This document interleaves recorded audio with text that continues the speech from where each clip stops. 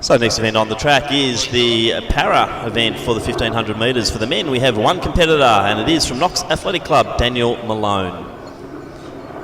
In our women's event, two competitors in the TF20s. We have Georgia Pounding from Old Savarians and TF38 from Athletics Chilwell, Kirsty Newcomb.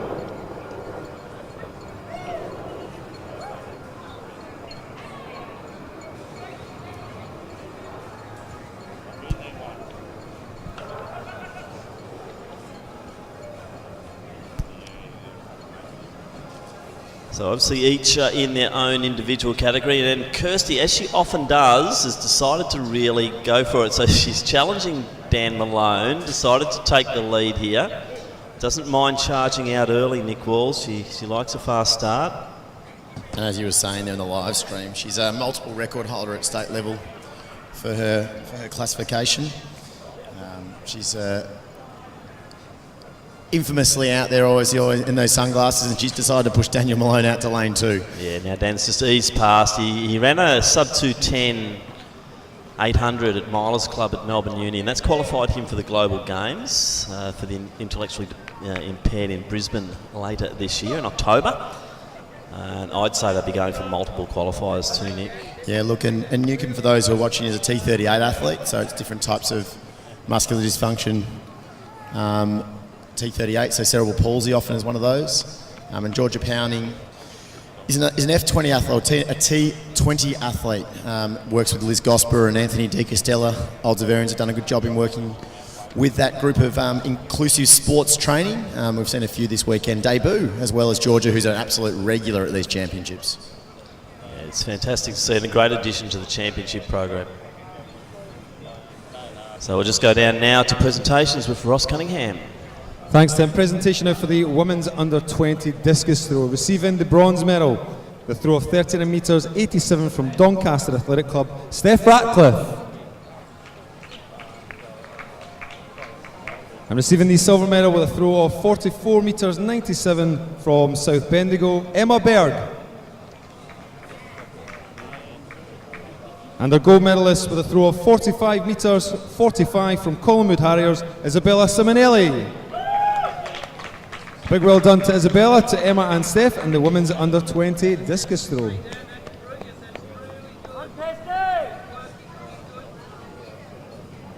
2 laps to go there for Daniel.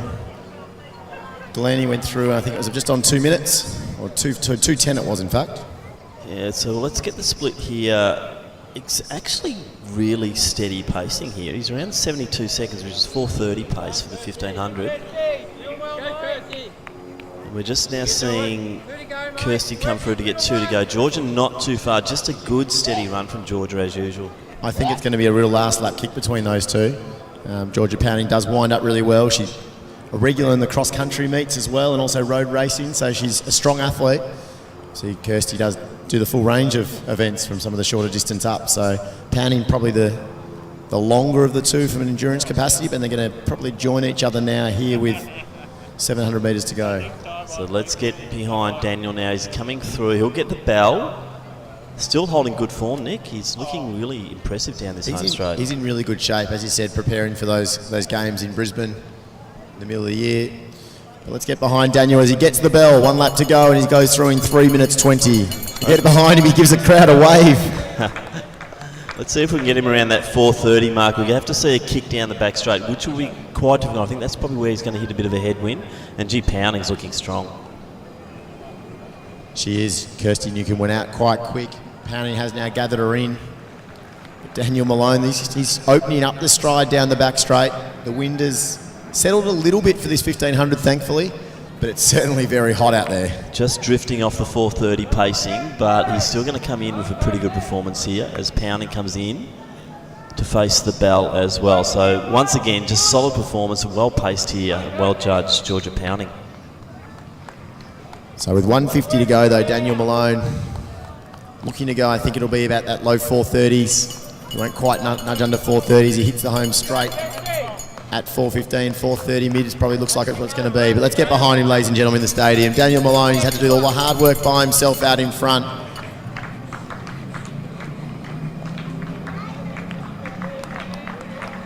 So pushing to the line here. Great run from Malone. 4:30 now, so we're going to get him under the 4:40 mark. So great performance.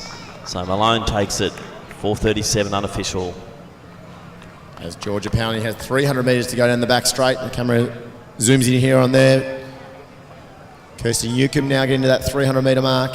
Still fighting on strongly, gallantly over this 3 3/4 laps. Again, these two ladies won't be judged yet first and second across the line. They will be ranked according to their classifications. So very important the times of both Georgia and Kirsty as they race through the line. Kirsty, in fact, from where she is as a 38, could still beat Georgia as a T20 athlete. So once again, our presentations for these track events will be down trackside near the start-finish line. Not on the infield. So Georgia Pounding coming through. Very strong finish, Nick. Yeah, look.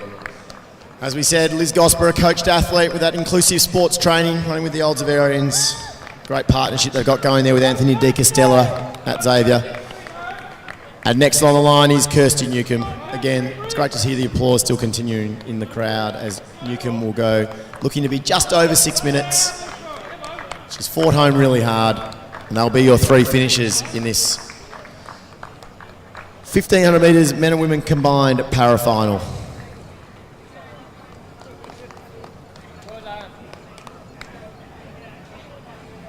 So we're just seeing that replay here, Tim, of Daniel Malone really gutsing out his last 50 metres. He was right on the 4:30 schedule there for a while, just opposite a little bit in that all-important third lap. But, gee, it's hard out there solo, Nick. Really tough, and we saw how Daniel really benefited from the Milers Club meets and seeded races all season. That's right. So, you know, when he gets into a nice pack, he actually navigates quite well. It's just that much harder, isn't it, when you get out solo here? But he looks good, he looks strong, and that's what he needs.